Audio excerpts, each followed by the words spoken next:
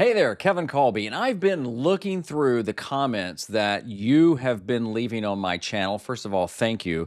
And what I wanted to do in this video is come up with what I feel like are 25 of the best questions I've seen over the last several months and just kind of talk through them here to help you on your creative journey and your YouTube journey. And by the way, I probably shouldn't say best. The problem with that is because if you don't see your question you asked, it's not that I don't appreciate it, and it's not that I didn't think, dang, that's a good question. I just tried to cull questions that I felt like I've been asked a lot and questions that I thought, oh, wow, this would be a good question to dive into so you can see kind of where I'm talking from my experience, especially on YouTube, and just things that I think would help. So, as a friend and pastor of mine says, buckle up. Buttercup, I got my coffee. Let's go. First question, typical newbie question, that's fine. Just 4 weeks into my Y2 journey, my YouTube journey, I'm experiencing disappointment, discouragement, and worse, a bit of disillusionment. Can you tell me when it was you discovered your first subscriber? Thank you kindly. You know, I wish I could remember my first subscriber. I don't remember. I remember my first car. I remember my first kiss. I actually remember one of the first times I had a cup of coffee with my dad, but I don't remember the first subscriber. When I got on YouTube, I was just on it. And ironically, I remember other milestones. I remember not specifically the date, but I remember when I hit the threshold to be able to get into the YouTube partner program. I remember getting to 10,000 subscribers because I did a video with a couple of friends of mine. I remember other things, including hitting 100,000 subscribers.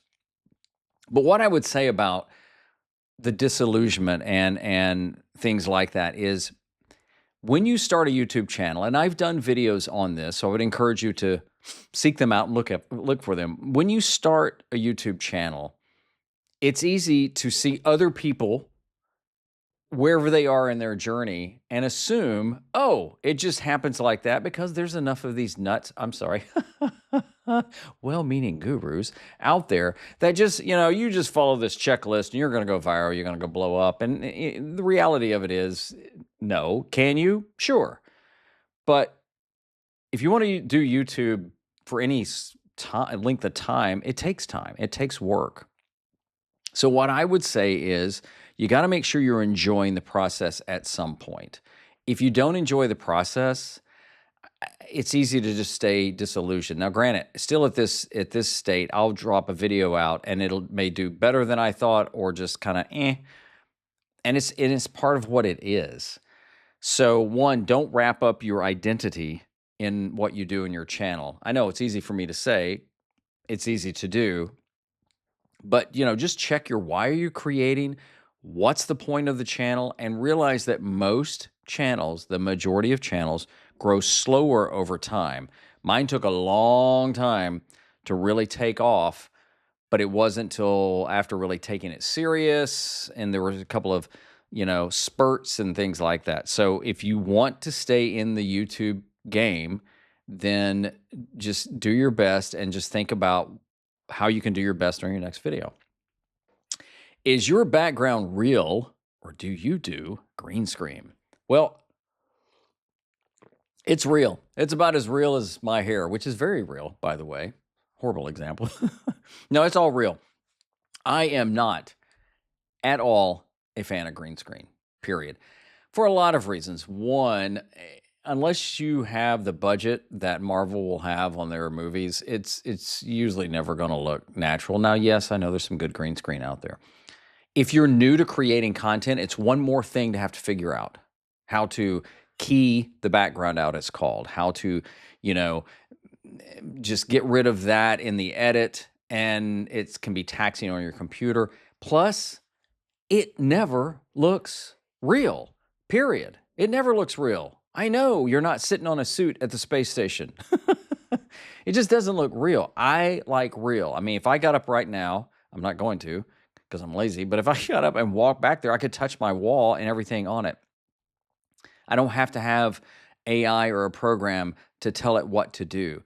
Totally real. I am a huge believer, proponent of real backgrounds. So totally real. Out of curiosity, how do you handle talking points or scripts for your conversational style videos? Do you have bullet points next to the camera or what? So I don't script, which is funny because coming from a background in television, radio and television, but more in television, we had to script everything. But we had finite amount of time, usually 30 seconds, to either do a commercial for a client or promote something that was on Fox or whatever channel it was. And I just don't script. I have written things out before to get things in my head. I probably should do a video on this, but one of the things that I have been doing some of is using Apple Notes, the feature in there where you can actually open Apple Notes and record straight in there, and then it'll transcribe it. I've done a video on that. It's a great feature. I love it. And a lot of times I'll do that to kind of talk out a video, just kind of get it in my head, and then I just go. Sometimes I've taken those and turned those into bullet points, but not scripts. So yes, like right now I'm recording on my camera, which is attached to my computer, and sometimes I've had notes on the screen, especially things I want to make sure I'm tackling. Sometimes I've had my iPad under the screen or my phone. Even if I'm not shooting at my desk, I may have it somewhere else. So I don't script. I did have a prompter once. I had the Elgato prompter. You gotta love the name. And I never really got into adding scripts to it, but what I did do is what I thought I would do more with it. It can be a second screen, and I was using it as that, but I found it was just, I know they've got a newer one now and it's bigger, but I just found that a prompter just doesn't work for me. So that's how I do it. I do create notes. And then sometimes I've just turned the camera on and go because I have an idea where I'm going to go. I have no notes for this, but I obviously have read through the questions and know kind of where I want to go on each one, again, based on experience. So there you go. What is the best to edit and upload videos for YouTube? Basically, whatever you're comfortable with. I mean, I edit on Final Cut Pro because that's what I've edited on for years. I've edited on other programs, including Premiere. I got tired of paying the rent. Final Cut Pro, to me, is great. I don't think there is a perfect program out there. So let me say that. But I also think if you've never edited, I would start simple.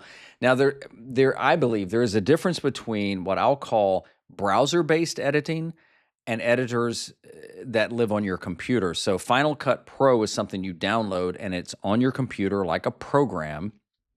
So you got to make sure your computer's, got enough RAM to work with it. You can use browser-based, where basically you just go to a browser and you upload your video and stuff like that. I've really had mixed results with that. As far as best, you have to think about your level of experience. If you've never ever edited, you may want to do videos without editing. Yes, Virginia, you can do that. And I've done videos on that. And if your name's not Virginia, maybe you get the joke. But you can do that. If you're on a Mac, I would use iMovie. iMovie comes free with the Mac after you pay for it. It is a far better program than some pros give it grief for, and it does everything you can. And you may ask, well, Kevin, if it's so good, if it's so easy, how come you don't use it? Well, I've been editing for a long time, and Final Cut Pro has more features that I like. But here's a tip. You ready? Come here. I don't even use all the features on Final Cut Pro. So I would say, rather than chase the best, find editing programs that maybe have free trials, and then download it if it's reputable, and try it. Just try it and see if you like it, because what is best for you may not be best for me. And read the terms of service. Just trust me. Thanks for the informative video, Kevin. You mentioned that you would do YouTube membership differently. Can you expand on that a bit more? I forgot what video this was in that I mentioned. It may have been the 19 ways I've made money on and off YouTube. So at one point, I had YouTube memberships turned on, and if you don't know what that is, it allows you to have memberships on your channel. So if you're ever on a YouTube channel, you may see the button that says join. At one point, they were talking about combining that with the subscribe button. It was like, please don't. Nobody's asking for that. Don't. But what it does is it allows you as a creator. So I had it, and when you clicked it, I think I had a couple of tiers in there. And it's the thing, you don't know what you don't know. And even though YouTube is very good to walk you through it, when you say, okay, I'm going to have this tier, here's what I'm going to charge for it. Here's the benefits of it, like, custom emojis or special videos or whatever it is. Once you do that and they approve it, so you have to submit everything and they approve it. It's very easy. Once they approve it, you can't change the prices. You can change things in there. And I knew that, but it was frustrating because once I launched it, after a while, I thought, oh, you know what? I should have priced this one differently. And maybe I should have just done one tier because they're really big on, have more tiers, which is just more to keep up with. So there's that. And the other thing is, YouTube takes a 30% cut. I knew that going in. They didn't surprise me. But in hindsight, it's like, I know it's your platform, but dang, YouTube, 30%? And when you have a YouTube membership, which I realize there's people out there that have them and do very well with them, and that's fantastic. Maybe you're one of those people. You have zero contact information of the people that are a member. So if you were a member or you were joined, maybe you like that, but I would like to be able to connect with you more, maybe have you on a mailing list that you opt into or do other things. If I did a giveaway, I didn't even know how to get it to you. So it was like, overall for me, I didn't think memberships was everything it was going to be. Now, having said that, I have been toying with the idea of starting a Patreon. You heard it here first. I don't know that I'm going to do. Actually, I have started a Patreon, but I haven't made it public yet because I'm kind of on the fence about that. I don't know. There's part of me that feels like people are just subscriptions out.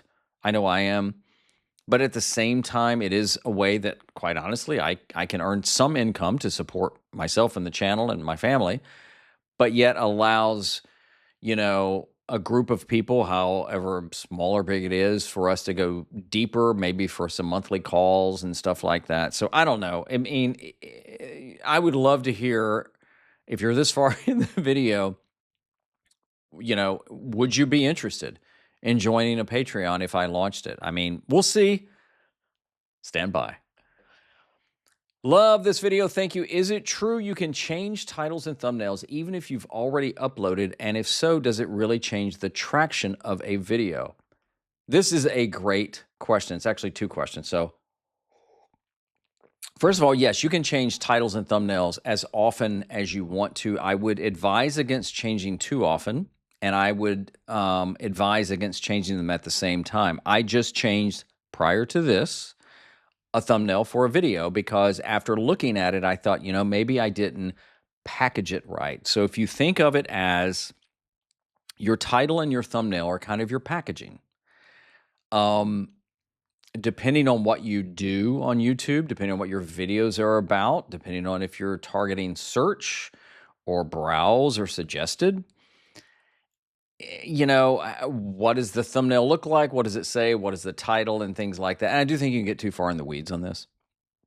But at some point you could go, oh man, I need to redo that. And sometimes I've redone it without looking at the analytics because after it's been up, I'm like, oh, you know what? I should have called it this, or I should have said this. Or I had a friend message me once and go, dude, you need to check out that title. I think you got a typo in it. There was a grammatical mistake in it, which didn't surprise me. Grammar ain't my thing. But anyway, so yes, you can change thumbnails and titles as often as you want. The reason I would never change both of them at the same time is because you don't know what was working. So if you change your thumbnail and your title and it starts doing something, well, was it both? Was it one of them? I think it's better to test. So if you want to, change your thumbnail first, see what happens. Give it a period of time, whatever a period of time is. I do believe that mega, huge, ginormous channels have a little bit of an advantage of changing more often because their audiences are just enormous. But I think if you just get in this mode, I'm going to keep changing, then you'll drive yourself nuts. Now, YouTube offers the A/B testing, and I have found it to be meh at best. I just do. And I've uploaded completely different thumbnails, the same thumbnail with different copy, and they've rolled out A/B testing of titles. Right now, I just this is the best thumbnail I think I have for the moment, and the best title, I'm going to go with it. Now, the question was also part of it, does it basically impact the algorithm, things like that? YouTube does not re-index your videos. So I'm going to take my last swallow of coffee and make sure you hear me on this. I know I felt for the longest time that if you changed a thumbnail, it would re-index your video, and it doesn't. YouTube has confirmed that. What it could do is attract a newer audience who sees that one. So maybe somebody saw the first one, they kind of blew by it. This one catches their eye. So it can do that. I've heard some folks that I tend to respect more say they would never, ever touch a thumbnail until months after. Give it some time, which I think most people don't do. Give it some time to see what the video does. And by all means, if the video is working, however you define working, why would you change a thing? I mean, I've looked back on some of my thumbnails from videos that are doing really well, and I don't like the thumbnail, but it's like, I'm not changing that. It's working. Leave it alone. I like your vlogs, but can you do different location setting backgrounds sometimes? Thank you. No. No, I appreciate that. Look, occasionally I do change it up. Occasionally I do. Most of the time, it's just inside this office, which I've done a video on. This is a former bedroom, and at some point I could move the camera and have multiple locations. And I get creatively bored, I call it, where I don't like looking the same all the time. But the reality of it is this, and this is my advice for you: find what works for you. It can take a lot of time to set up your camera, your mic, your lights, tripod, background, whatever you have to do a video, especially then if you have a full-time job, a family, other commitments. You're just doing YouTube for fun. And the more time it takes to do that, the more it can just drain you. Right now, my easier way of producing that works for me is to have my camera mounted on my desk, attached to my computer. I hit record and I go. The mic is attached there. The light is there. In fact, if you want to see a tour of my desk, let me know down in the comments, and that's a video I'll think about doing, because I don't think I've done something like that in quite some time, if ever. I can be up and recording in minutes. That works for me. But yes, I'd love to be able to go all over the place, but quite honestly, this works for me. And the other reality of it is we assume everybody watches everything we do. We just do, and that's a fallacy. I'll have people say, I just discovered you. Well, I've been on the platform since 2017. Where have they been? So my point is that while you may get bored of it, not you, lovely lady who wrote that, but you as the creator, most people could care less. They just could care less. So you always want to change and work on the things that really matter, and don't worry about those that just don't. But anyway, I did appreciate the question. If I post a link on Facebook, will that hurt the algorithm for my video? So, hurt the algorithm? No. Will it help your video? No, not really. So, one of the things that helped me probably grow, I guess, on YouTube is when there was a lot of things, honestly, and I've done some videos on this, but is when I just focused on YouTube. I can't tell you the last time because it has been a long, long time.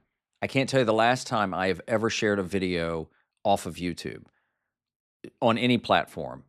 In fact, I've deleted a lot of my social media, not just deleted the apps, deleted them. So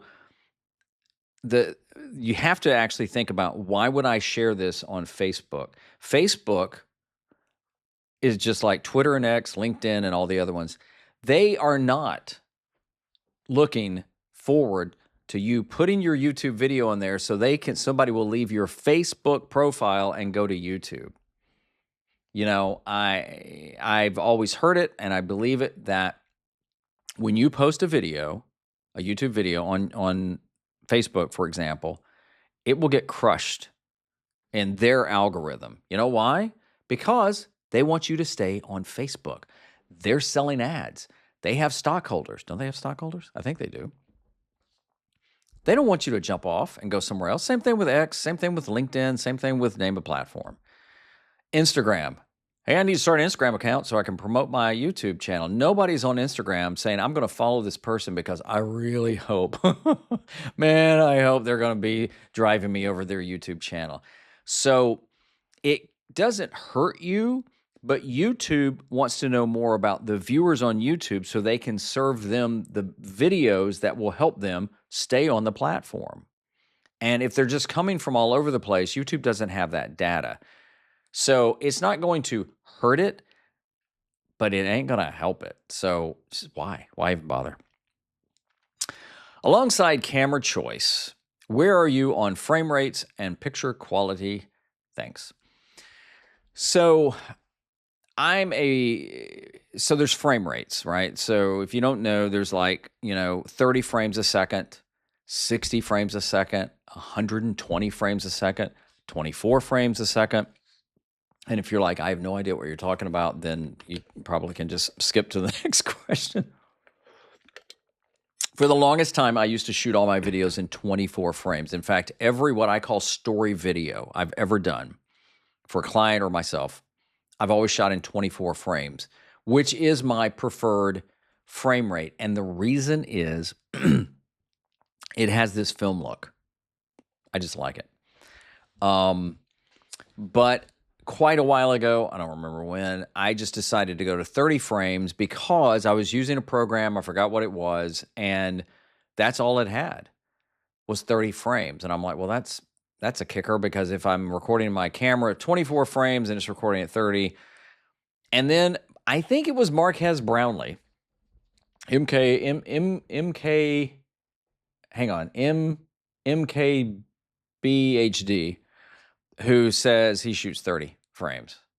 And why not? I thought, well, okay, works for him. So I shoot now in 30 frames. I've thought about going back to 24. I've heard before 24 frames is more like our eyes see.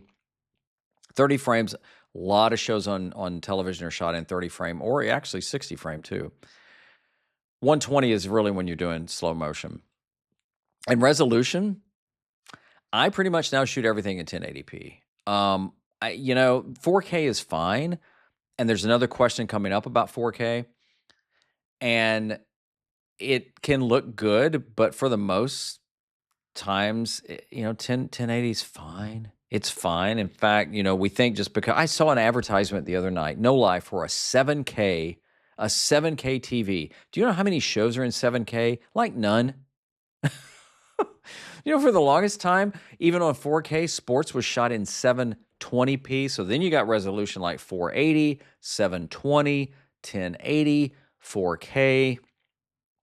Look, the higher the resolution, not frame rate, the higher the resolution, the more storage you're going to need for your videos. So keep that in mind. If you're out shooting, running and gunning on a GoPro or a DJI Osmo Pocket 3, and you've decided to shoot 4K of everything, that little memory card you got in there, you better make sure you've got a lot of capacity. So I'm kind of like, pick a frame rate, pick a resolution you like, and don't let anybody ever tell you that it's wrong or right. Just use it. How do I grow my channel? I've had it for years, and I have just started to get serious about making it work for me. I've dedicated my life to music. That's cool, but I'm useless with technology. Okay, so I'm going to tell you how to grow your channel. You ready? You might want to lean in for this. You have to create content people want to watch. I'm pausing for effect. There's way too much noise on YouTube about how to grow. These are the settings you need to grow on YouTube. If you don't have these settings, YouTube's going to ignore your video. Now, there's some truth in that, because if you don't make your video public, nobody can see your video. You have to make a video public for people to see it, unless they have the link, if it's unlisted. I did a whole video on explaining all that. If you want to watch that, it'll go more in depth. But there's no magic way of growing your channel. A lot of it depends on what your goals are and who you're talking to and how you do it. For every channel that supposedly is, quote, doing it right, I can show you other channels that follow zero of the rules that all these gurus want to blast you with, and it's doing well. So how do you grow? Well, you got to create content. And you've got to have some realistic expectations, and you have to decide what growth looks like. I remember saying to a friend of mine once, quite a while ago, that, man, that video just not doing very well, talking about mine. And he said, well, what were you expecting? What was your expectation? And I thought, stop asking me questions. I don't know. And it hit me at that moment. I didn't really have an expectation. Now, the more my channel has grown, YouTube will tell me about my channel, and you as well, the more you publish, is kind of how this is doing on average. You get this many average views per month, this many average subscribers per month. And YouTube is really good or bad, depending on how you look at it, to tell you, oh, Kevin, this one is not doing well. It's underperforming. Okay, I'm getting off on a tangent. How do you grow? You have to publish. I would work more on growing your skills and getting more comfortable with how you create, and then making sure you love what you're creating and doing, because if you don't enjoy the process, it doesn't matter. The other stuff just doesn't matter. But the only way to see any success, how you deem success, is to just create and then see where it goes. I love this one. Did you wonk? I think he meant work on 24. Thus the pillow. I would love to say, yes, I did. I didn't. I had a lot of interaction with 24. So I was the creative director for a Fox station for many, many, many years. It was so great. I had amazing creative teams, far more creative than me. They were amazing. And it was when 24 was on, which is still to this date one of my favorite shows. So we did a lot of promotions with 24. In fact, I forgot what season it was when the actor, late actor, unfortunately passed away a few years ago, Gregory Itzin, who played President Logan. We actually flew him in and did a promotion with him. Because of the writer's strike, 24, there was a television writer's strike, and all the shows just stopped. And I think they had filmed a few episodes of 24. If you've never seen 24, the premise of 24 is every season took place in a 24-hour day. So every episode was in real time. And as they would go to commercial break, there'd be a clock ticking, and they would account for the time of the commercial break. It was so cool. So Fox had shot a few episodes. The TV strike happens. All TV shows get put on hold, and Fox made the decision to delay the show rather than come back with a few episodes and that. And so what happened, though, is they delayed it for almost, to the following fall. And we ended up doing a promotion to help bring it back big. We did it at a theater, actually filled 2 theaters full of people seeing the first 2 hours of the premiere. And we had Gregory Itzen in, did a promotion, and it was so cool. Another thing I did with 24 that was really neat, and I got to do this a lot because of my job, is when they did 24 Live Another Day, which is where that pillow is from. And it was when they brought 24. 24 had ended, and then they brought it back as a 12-part limited series. And it was done in real time. And if you said, well, how is that possible if there's 24 hours that you'll just have to watch it because it would give away something. But they do something that made sense in the show. It's a little time jump, but it was made sense. Anyway, I had the opportunity to go to the VIP premiere.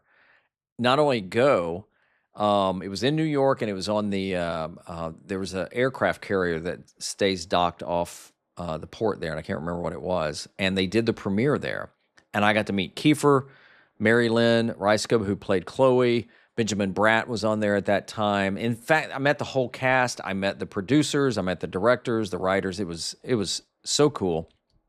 Let me know in the comments. So I had to do an audition tape, even though I worked for Fox, to be able to go on the trip. And if you ever want to see it, I'll do a video on it. But it was a blast. I actually had Mary Lynn Ryscoe, who played Chloe. She was in town. She's a comedian, and she dropped by my office, and we took a blurry picture together, and she was really cool. She started following me on Twitter. I'm like, what? Chloe's following me? So anyway, I get very excited about talking about that. The pillow I stole at the event. That's all I'll say. A newbie here. Don't have a channel. I've been intimidated. Does it cost to start a channel? No. Now, no, and no. YouTube is free, and I know all platforms are usually free. No, this is what is amazing to me about YouTube. There is no other platform out there that offers you what YouTube does in terms of being a creator. Ways to make money, ways to connect with an audience, ways to create. I mean, just even the formats. And it's all free. So, when I mentioned memberships earlier, and it's like, dang, they take 30%. I also get, though, that I can start a membership for free. I can run this channel for free. They don't charge me to upload a video, whether it's long or short. It's going to be there. What the cost you might have associated is with maybe gear. What the cost might be associated with is some of the programs you use. Since this is what I do as a living, I have an LLC. This is not tax advice, by the way. But I have an LLC. So if I have a subscription to a service that I use for my business, it costs me something. My computer costs me something. This mic costs me something. This camera I'm using costs me something. So I write those off because it's a business expense. And again, not tax expense. So I do have cost associated with it. But if you're asking and wondering, is YouTube going to charge you to have a channel? Heck no. There's an amazing reason right there, especially if you're over 40, to start a YouTube channel, because they're never going to say, hey, we need some money because you started a channel. As far as what you use, just use what you got. I have a question. Do you think it's a good idea to post a channel introduction video? And then you go on to talk about some of the things. Sure, why not if you want to? In fact, I've said to people before, if you don't know what to say in your first video, but you're ready to start, just make that your first video. Just seriously, just make it your first video. I stopped saying and agreeing with people, your first video is going to suck. What if it doesn't? What if your first video is like, dang, that's really good? I've seen that happen. I wouldn't even get caught up on whether it's going to be bad or not. A trailer isn't bad, to let people know what your channel is about. But here's the thing, you can do that at any time. There's a creator I used to follow that he did a trailer, an intro video, probably a year after he started his channel. And I don't know why. I don't know the creator, but he didn't do it first thing off the bat. So yes, should you create an intro for your channel and talk about it? If you want to. I never have. I've thought about it. I never have. You can do it at any time. You can make it unlisted if you want. Nobody's going to see it. But it's not a should you, it's up to you.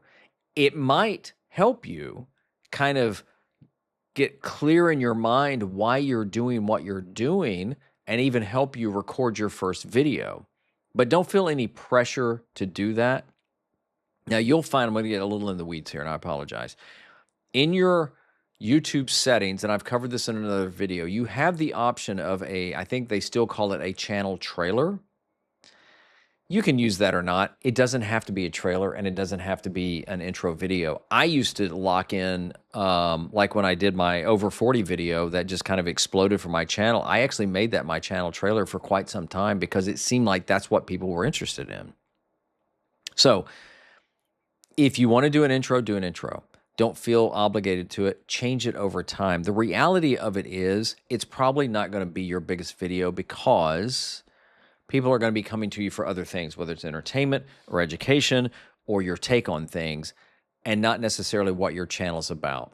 So if you want to do it, but I wouldn't work too hard on it. Amazing videos as always. Do you think in the future you can make a video on how you use AI or how AI can help our YouTube channels? I almost didn't include this.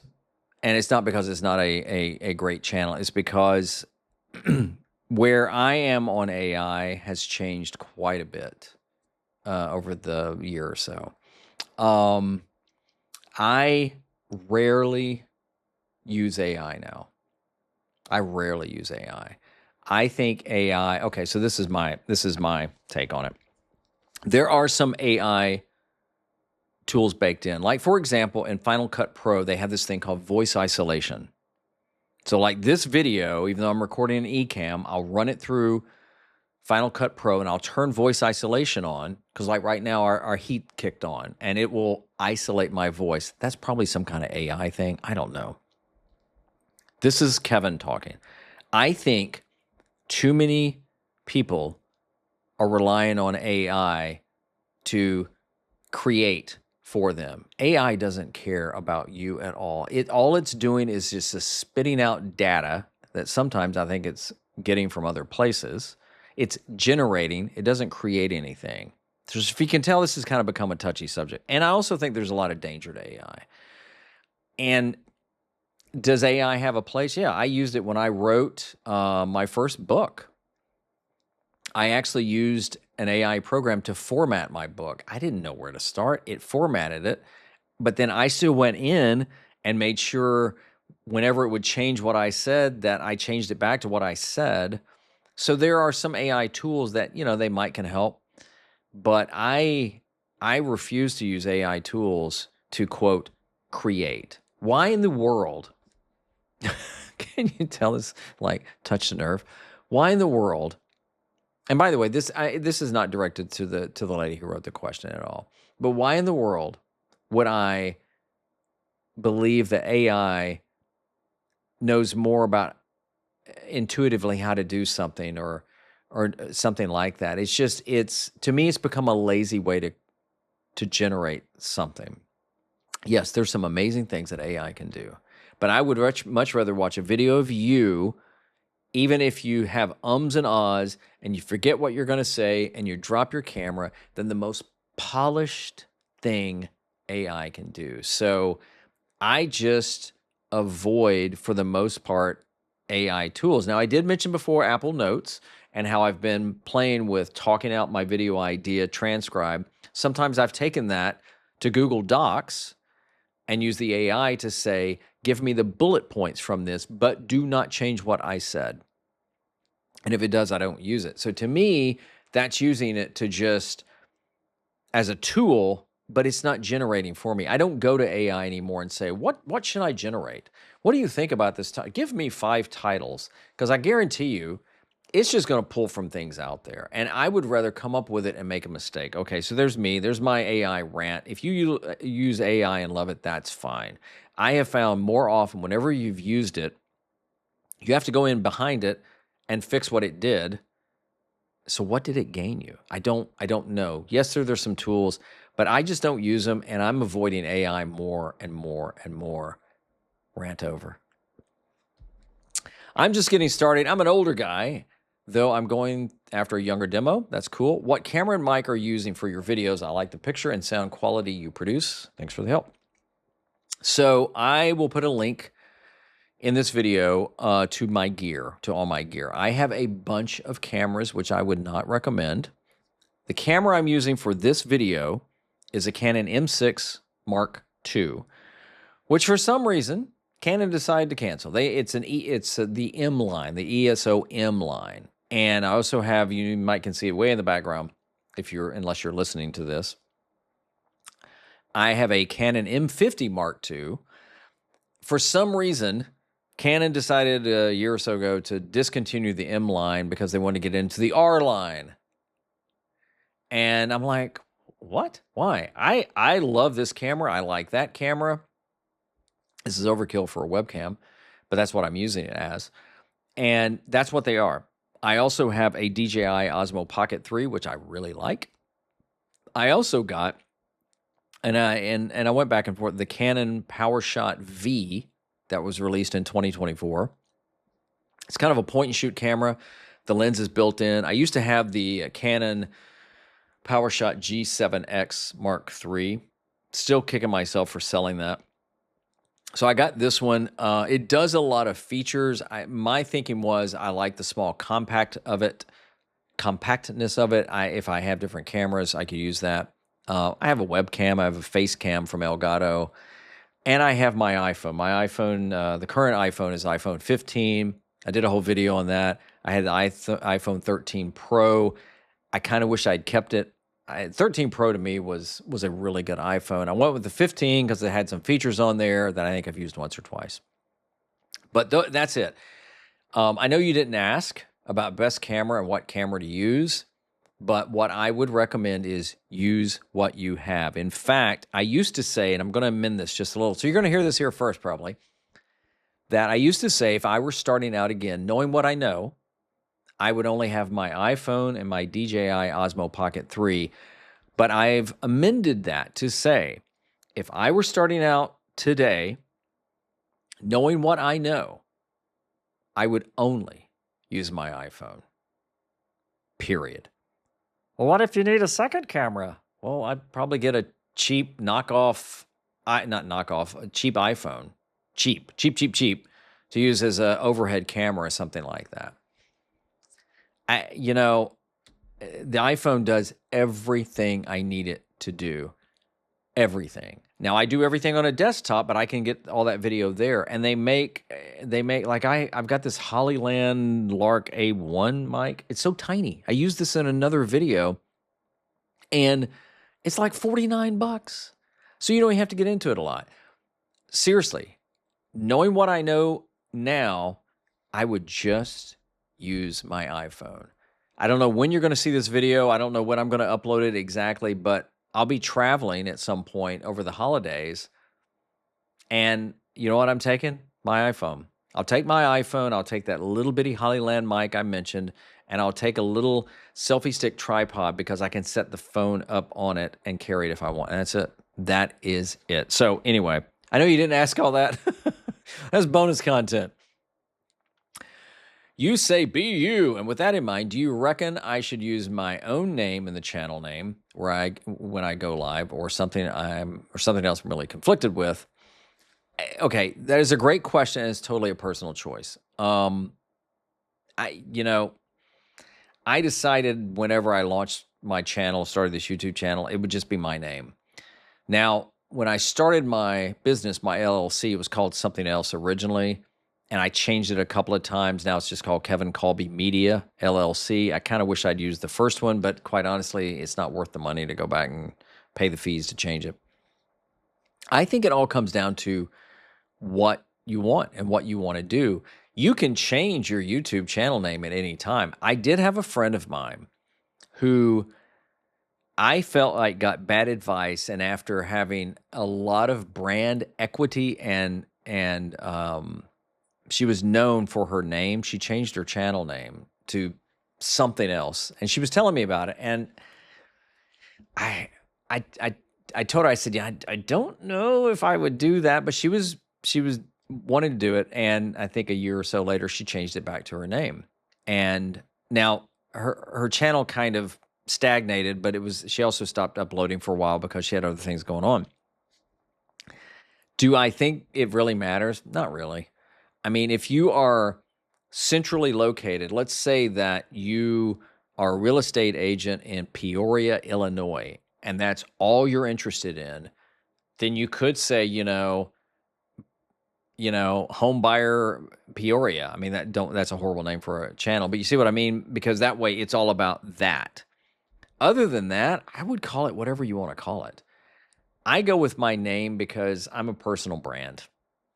People are interacting with me. They're not interacting with something else or somebody else. I'm not looking to sell my company one day like, my buddy Sean with Think Media. If he ever decided to finally sell Think Media, they're buying Think Media and all the intellectual property with that. So I don't know that it matters. If you're not sure, this sounds silly, but record a video and say the names out loud you want. What flows? What do you think? I just think, it's easy to get hung up on that. So it just doesn't matter. I chose my name, but you may want to do something else, and that's cool. I have 2 businesses that would be good content. A machine I spent a lot of money on and never used, so learning the machine would be good content, another solid idea. How would you suggest I move forward in creating a channel or multiple channels? Great question. And I have never wavered on this. If you are just starting on YouTube, I would never, ever, ever, ever, never recommend starting multiple channels. Here's why. YouTube is hard enough. It is so easy to get lost in the analytics. It is so easy to try and figure everything out. And they're changing stuff all the time. And I think it's easy for people to say, well, but I've got this interest and this interest and this interest, and they don't work on the same channel, so I'll start multiple channels. Okay. Do you have a team? Do you have somebody to help you? Do you understand YouTube enough so if something isn't working over here, what you maybe, I sort of say do wrong, but how you tweak it over here? YouTube is hard enough. Do I ever recommend starting multiple channels? Possibly, if it is so radically different, but I wouldn't do that out the gate. I wouldn't. Well, how do I know which one's going to work? You don't. And you can even totally change. I think I've shared this before, but I'm almost 100% sure of this. And when I interviewed him, I think I asked him this, Nick Nimmin. His channel, which is close to 1 million subscribers, for a long time was about editing. And then he completely shifted to making it more about YouTube education. And I know of other people that have changed that way. I've got another friend that, goodness, he went completely from talking to people in the creator space to political commentary. Same channel, didn't start another channel. Sometimes that can backfire. For him, it blew his channel up. And I think it probably works for him. I don't know. I haven't talked to him in a long time. I would always recommend go with one channel.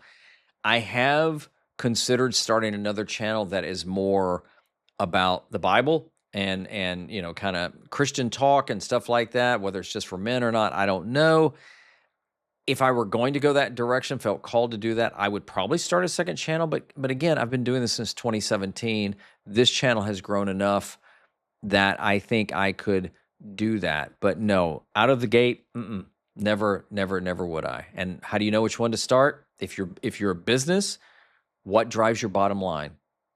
What business do you have? Not the one you really think is kind of cool. Which one is paying your bills? That's where I would put my my money behind. How do you record with slides and yourself in the corner? You mean like this?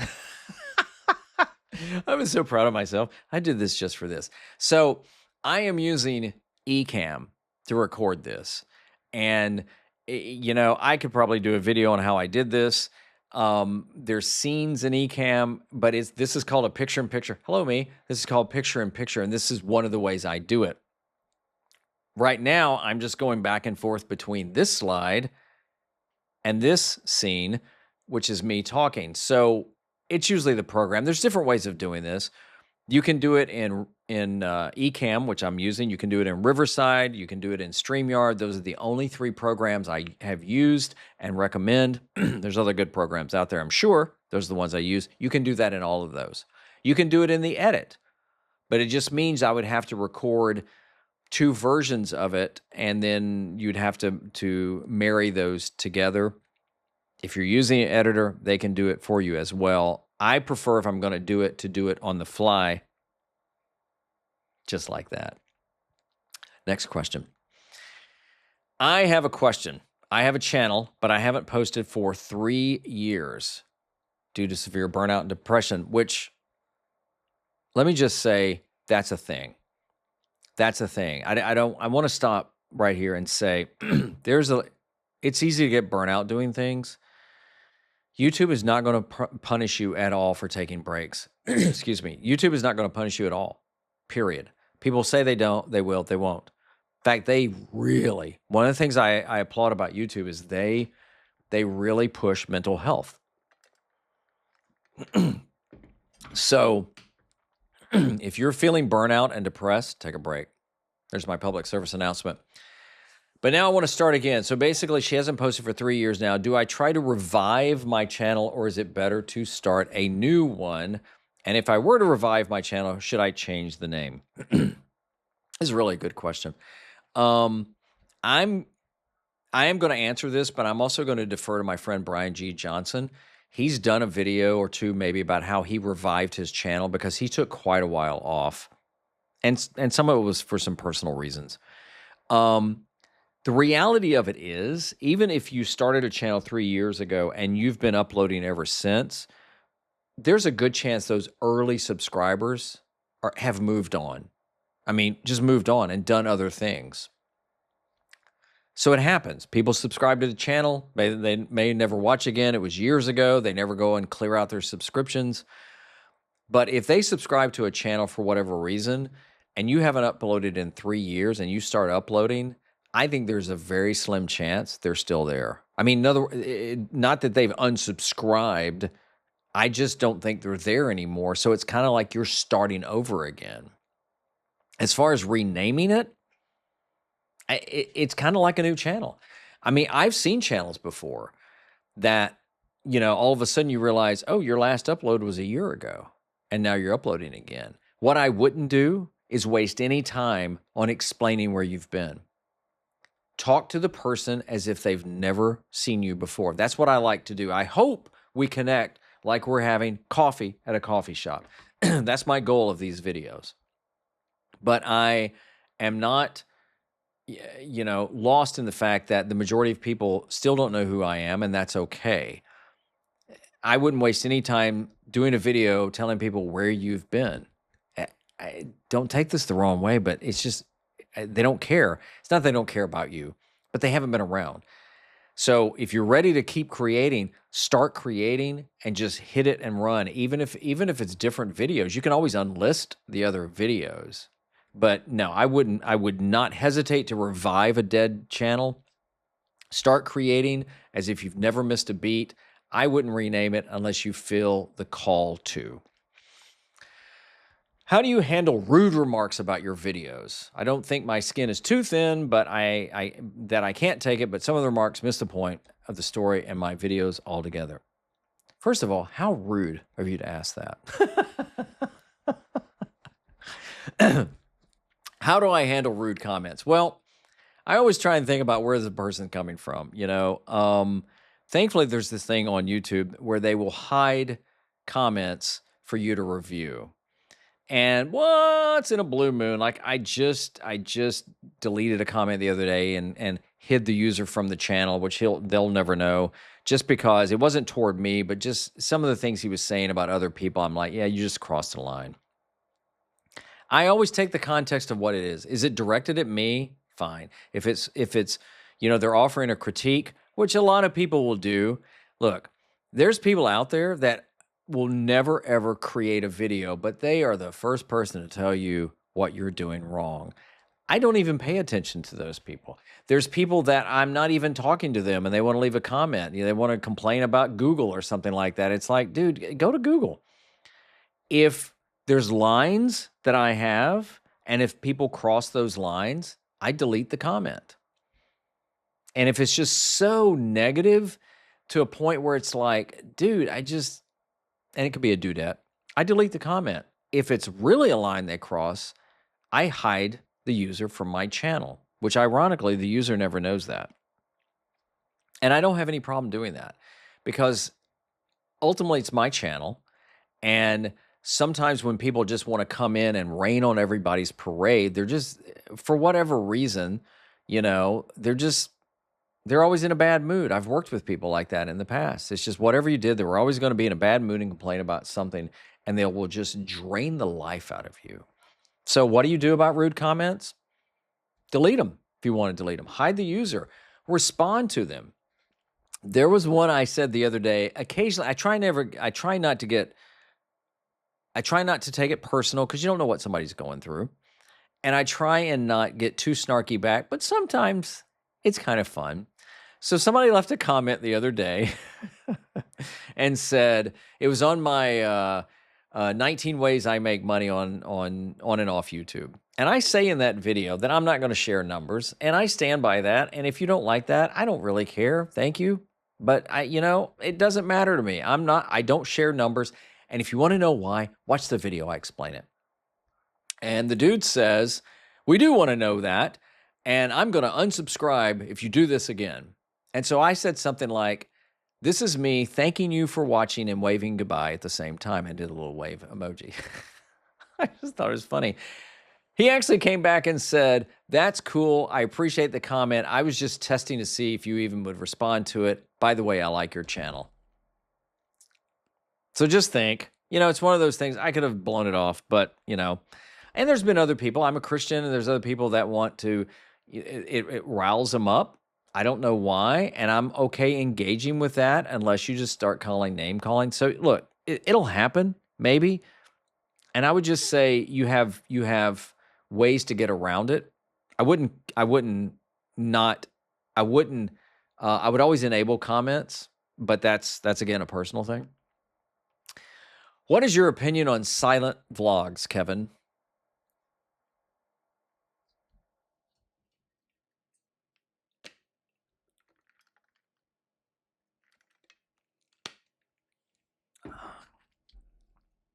Next question. I used to be really against them. I used to be, by the way, did you catch the irony there? I used to be against faceless, not against. I used to advise against faceless channels, and I used to advise against things like you're asking, silent vlogs. And now I'm like, no, it works. If it works for you. What do I feel about it? Is that a way you want to create? Is that a way that you feel called to create? Is that an experiment you want to try? Go for it. Might I watch it? Maybe. Depends. I watch a lot of different things on YouTube because I like variety. One of the coolest features on YouTube, I don't know if you've ever seen it, but the little, I think they call them pills, capsules at the top, is new to you. Sometimes on my iPad, if I pull down, it kind of refreshes the page, and new to you will pop up first. I love exploring there and seeing creators I've never seen before and videos I've never seen on topics I didn't even know about. So if that's how you want to create, go for it. Is there a better way to use someone's video fairly? A link or something. First of all, congratulations for asking that fairly. There are some really bad people out there that just all they want to do is steal and treat your work like theirs, and that's just wrong. Stealing. Yeah, there's a lot of things. I mean, ways you could do it. You could always reach out to the creator through their email address or their website or something like that and ask them, can I link to your video? Can I use your video? And things like that. The beauty with YouTube is there's a share button under every video. There's a share button under this video. If you want to, quote, use this video and share it out, go for it. I leave clipping on, like remixing, because it doesn't download my video, it actually will point back to this video. So if you like one of these questions and answers we're doing and you want to clip this out, it's it doesn't steal it from me, and I'll know that you've done that because in my analytics it'll say videos that have been remixed and how many times. You can also include other videos in a playlist. You could actually start a playlist on your channel of, I'll just say this, videos I love. And you just add those to the playlist. It's not adding them to your channel, but it's a way of saying, hey, these are the ones I like from the other viewer. And as of the recording of this, YouTube has launched collaborations. So all the interviews I've been doing recently, I share a collaboration link with that person. Let me know if you want me to show you how to do that. It's really easy. It's a little clunky, but it's easy. And so you'll see on there, it says Kevin Colby and Nick Nimmin or Meredith Marsh or somebody like that. And it's a good way to add exposure on their channel and mine. So those are different ways of doing this and just reaching out and saying, hey, but if you just want to share a video, you don't need permission. If you want to link to a video, you don't need permission, but if you want to ask, that's always cool too. How important is it to have a website in addition to a YouTube channel? I think it's really important. I did a whole video about this, and here's why. Well, I say this with a caveat. It depends on what you want to do. If you're just doing YouTube for just straight up, it's something maybe you're after retirement, it's just a hobby, you have no desire to put anything else out there other than just whatever you upload there, maybe you don't need a website. But for most of us, I think it's worth having a website so it allows somebody to at least contact you off of YouTube. Maybe you're doing a blog, maybe you have products, maybe you have coaching like I do, whatever. It's not a necessity, but I don't think it hurts. Now, I know that there's WordPress plugins for WordPress sites that allow you to actually populate your videos as you're doing. Well, in fact, my merch store is on with a site called Fourth Wall, and if you go to my shop, there's links below to the merch. You'll actually see my latest videos on there that will point you back to my YouTube channel. So, Fourth Wall is a website I'm using for my merch that has my videos on there. So for me, yes, I think a website is very important. If you have a business, a personal brand, a nonprofit, you're trying to grow your portfolio, maybe you're a freelancer, I think it is extremely important because you may want to point people back to that for an offer or to see what your work's done or to contact you. I use PayHip. As the recording of this right now, my website is PayHip. It's free to use, and they do have paid plans. I just use the free. But yeah, I think depending on what your point of having a YouTube channel is, it could very well be, and it doesn't have to be crazy either. Hi, Kevin. I'm ready to start my YouTube channel. Do you think I should create a Facebook account? I never made one. No, I don't. Create a Facebook account if you want to have Facebook, period. We talked about this a little earlier, and I did a video about how I quit social media for 6 months. I think it's called, and how it changed me forever. And it's true. I was just talking to my daughter about this the other day because she saw the video and she said, wow, I think that'd be hard to do. And I said it was at first. Create a Facebook.